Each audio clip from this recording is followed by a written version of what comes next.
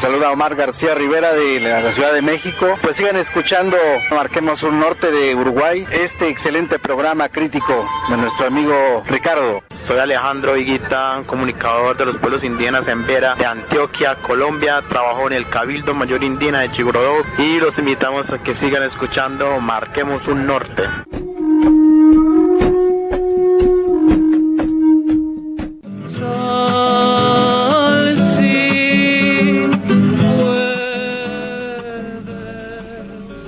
Yo quería hablar algo sobre, un poco está muy la parte esa que dicen el charruismo, indigenismo, o sea, aclarar que no somos indigenistas, somos indígenas, no hay un charruismo, somos charrúas, y eso no solo es la autoidentificación que se preguntaba en el censo, ¿no? Que nos preguntaban si teníamos antepasados y cómo nos identificábamos, sino que también lo basan los elementos de nuestra cosmovisión, que una de ellas, que no es la primera que pensaba nombrar, pero que es la circularidad.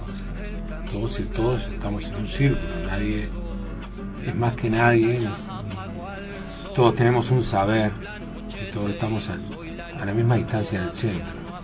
O sea, son cosas más, capaz que un poquito para conversar sobre ellas, pero es una de los elementos de nuestra cosmovisión, como también la vida en comunidad, que no se trata de juntarnos 10 hoy y decir vamos a hacer una comunidad. La comunidad es tanto con los incharayes, o sea, con nuestros hermanos, los humanos, sino tener la comunidad también con los otros seres que también son nuestros hermanos, y eso es parte de la cosmovisión que nos hace ser charrúas, originarios, indígenas, y también ser charrúas es una macroetnia acá por estos lados, porque tengo hermanos chaná, minuares,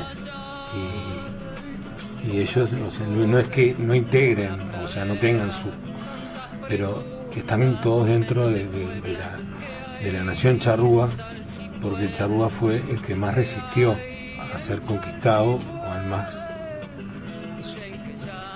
no solo más resistió, sino que resistió hasta el último momento. El último momento el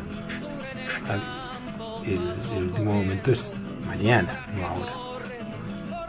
Todavía vamos a seguir resistiendo, porque por algo estamos acá. Y quiero también hacer de ellos las palabras de mi hermano Chaná Cristian y otros hinchalaces que siempre nos apoyan y están con nosotros y acompañan todas nuestros movimientos o apoyos, que ahora tomo la palabra de Jorge cuando dice que yo también siempre me paré a la izquierda, y cuando él decía que había gratificación y también a veces decepciones, yo pensaba que la palabra que iba a decir, bueno, tal vez no es que ellos me traicionaron, sino que yo me equivoqué. Bueno, tal vez ahora me tomo el tiempo para pensar y no poner las cosas del lado del otro, sino de mi lado, y que haber pensado como no cumplieron mis expectativas, pero hablando como nosotros, que es como habla un indio, no hablar de yo, sino de nosotros. Nosotros seguimos acá y vamos a seguir luchando por esta tierra y por los recursos naturales, como siempre, como lo hicimos atrás de una bandera o sin bandera, así como somos. Y por ahora paso el mate. Yo con respecto a eso creo que sí, me nace lo de estar cerca por lo menos de la lucha, ¿no? De lo que puedo hacer y lo que alguien considera, alguien cercano por supuesto, considere que puede ser útil de mi parte, lo doy porque no me cuesta, porque está en mi sentimiento. Pero creo que la lucha que nosotros tenemos por delante por la causa indígena, por ejemplo, no la vamos a dar nosotros solos. Nosotros creo que tenemos que llegar con hechos concretos, porque es como la información se hace ver más clara. De hecho, como Salsipuedes, como las realidades que fueron, las realidades históricas que fueron. Pero ese sentimiento que a mí me movió a acercarme a la causa charrúa está latente. Yo estoy seguro que está latente en todo aquel que tenga una gota de sangre charrúa. No sé, tiene que ser un fenómeno espiritual, sin duda, pero al mismo tiempo de la gente que siente la tierra y siente el lugar y siente los símbolos más que los hechos, más que los hechos tristes y más que lo horroroso del genocidio y cosas por el estilo, ¿no?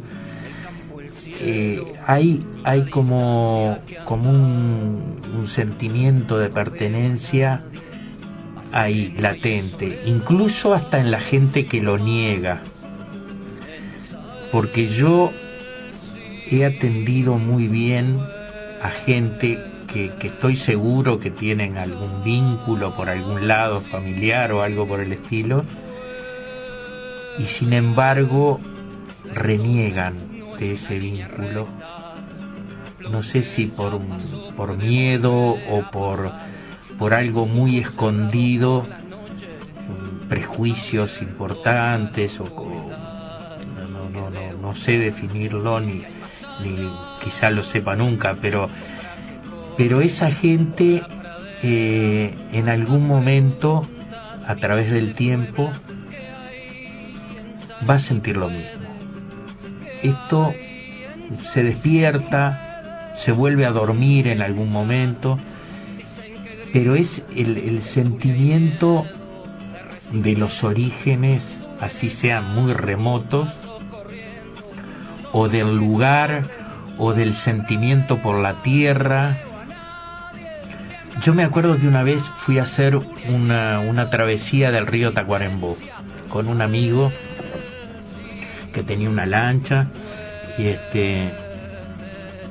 y por primera vez tomé contacto con la naturaleza en un lugar, en varios lugares muy agrestes de todo el río Tacuarembó hasta que desembocan al río Negro, y pasé cerca, no entré, de donde era donde está todavía la tapera de la familia de mi padre, que era en el arroyo Las Cañas, en un paso que era muy importante ahí, Paso Robí de Las Cañas se llama,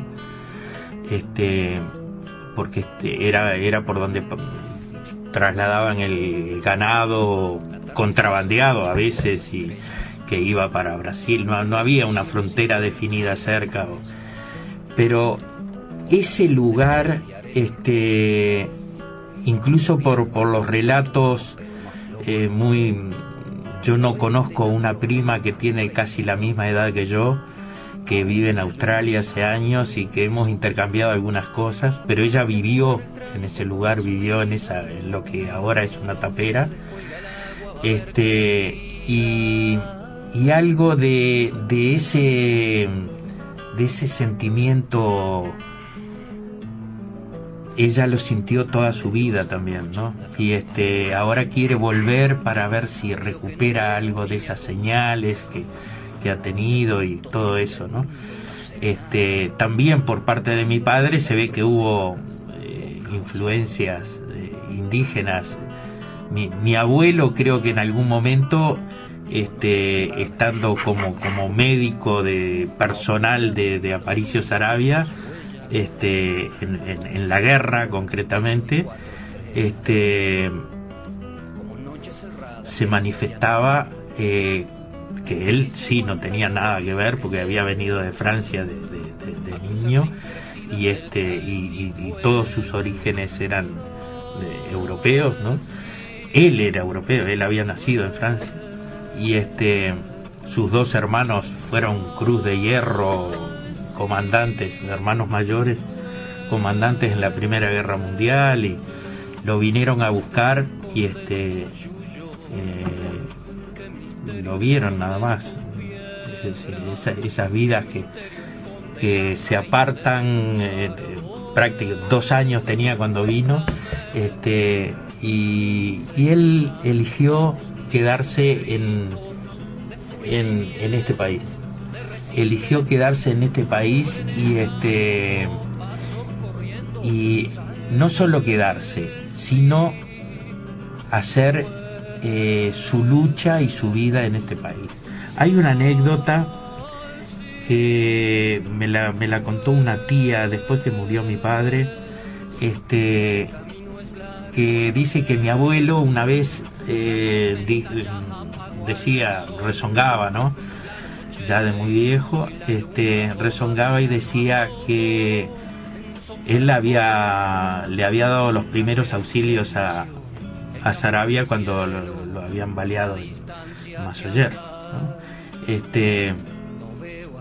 Y él decía, no, si no se lo llevaban a Brasil, no hubiera muerto, no era grave la herida, ¿no? Y esa misma tía que me contó eso me dijo, y yo le dije, le teníamos mucho respeto, pero padre, dice, usted no considera que si él se hubiera quedado acá, los colorados le hubieran degollado. Si hubiera muerto antes, no hubiera llegado a cruzar la frontera. Esa fue la razón verdadera, ¿no? Él consideraba que esta tierra también le daba razón de ser a su vida, ¿no? Él dejó toda su herencia, sus campos, todo lo que había ganado, que en esa época se entregaban, eran miles de hectáreas, cosas por el estilo. Se lo dejó todo al Partido Nacional. Se lo legó al Partido Nacional y bueno, ahora hay unos cuantos estancieros que están viviendo en esas hectáreas. Él lo consideraba como creo que debía. Creo que por las pocas anécdotas que me han llegado de eso, él no consideraba la tierra como un bien patrimonial. Era el lugar que había tenido la suerte de poder vivir, hacer su familia y poder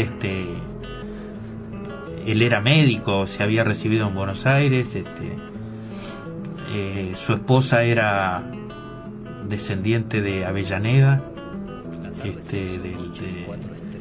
presidente argentino, y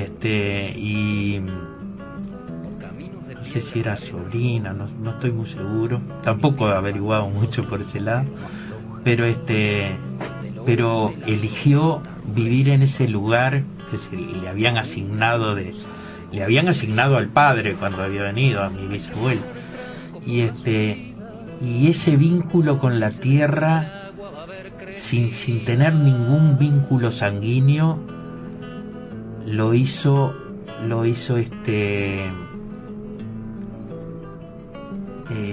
considerar a los indígenas también como, y se lo transmitió a los 11 hijos que tuvo, se lo transmitió, también le transmitió ese sentimiento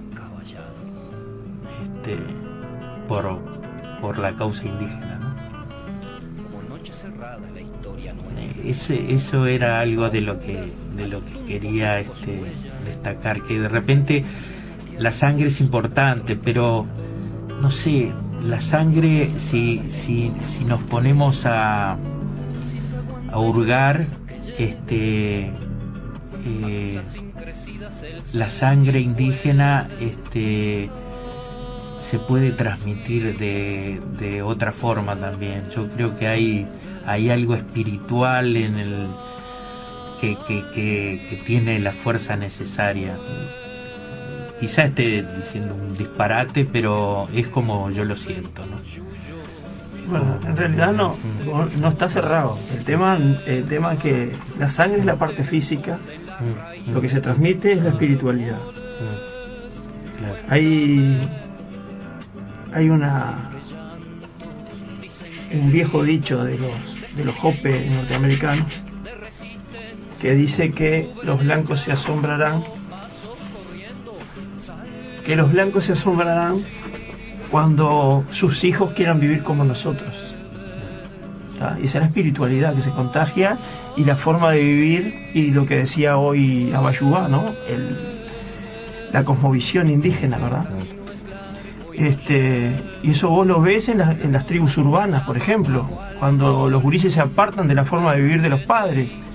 Y después terminan en el capitalismo igual, porque no cambian más que un peinado, porque no saben otra forma de vivir, porque no saben vivir de la caza, de la pesca, de la vida, y la cosmovisión no les aparece porque no hay quien se las enseñe, ¿tá? Pero el dicho es cierto, el dicho se hace realidad día a día. Los jóvenes no quieren vivir como sus padres, quieren vivir en un ambiente muy natural, y en la naturaleza que encuentran de repente a veces es la marihuana, o a veces es el alcohol, o a veces cambiarse un peinado o hacerse un millón de tatuajes. No tiene nada que ver con la naturaleza eso, muchas veces, pero es la forma de rebeldía, ¿viste?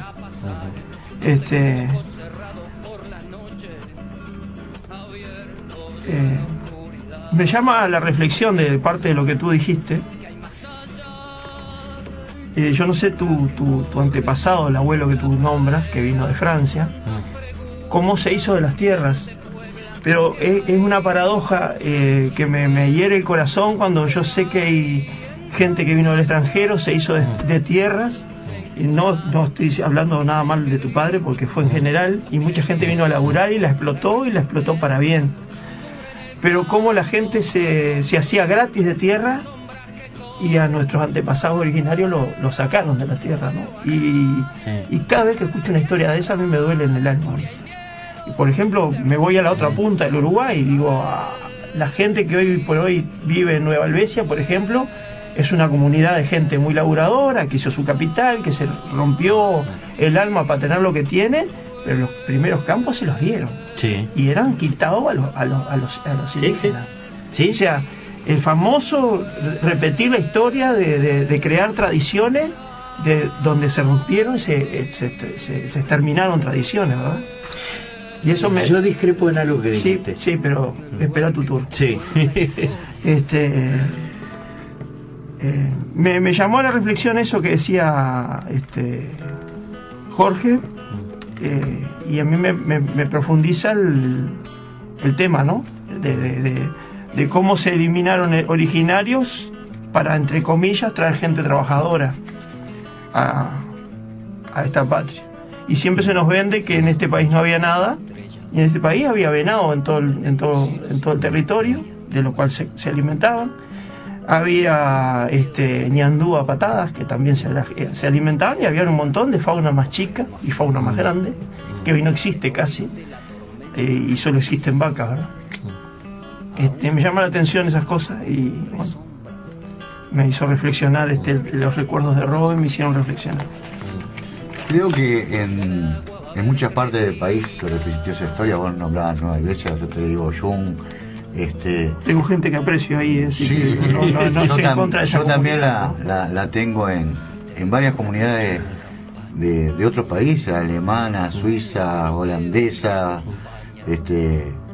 que trabajaron duro muchos años, y es verdad, en nombre del progreso, ¿tá? Había que sacar a esa gente molesta, salvaje, imposible de enderezar. Así se dijo en la época. Yo en esta historia digo, es imposible que no se nos venga a la cabeza Artigas, ¿no? Y el famoso reglamento de tierras, por ejemplo. Considerando todo, considerando a los originarios, considerando a los criollos, considerando a los que habían venido de otros lugares, ¿no? Respetando su cultura, sus tradiciones, su territorio en el caso originario, ¿no? Qué cabecita divina, digo, ¿no? Y en esa época, y bueno, lamentablemente lo triunfante fue todo lo contrario, que hoy continuamos en esa línea, dejando de ser una colonia externa, a pasar a ser una colonia interna. Sí. Y fuimos variando de patrón a través de la historia, ¿no? El imperialismo yanqui, hoy son las multinacionales, pero la historia continúa y seguimos peleando de alguna manera por la independencia. Desde el punto de vista originario y ya criollo y uruguayo. Aunque yo no me siento muy reflejado con el término uruguayo. Prefiero mantenerme en charrúa viviendo en Uruguay, siempre lo digo. Y es afectivo, no agraviante contra el país. Pero sí es muy afectivo sentirse charrúa viviendo en Uruguay. Andamos justo en el tiempo para la tanda, hacer una ronda justito. Vamos a continuar con todas las historias lindas.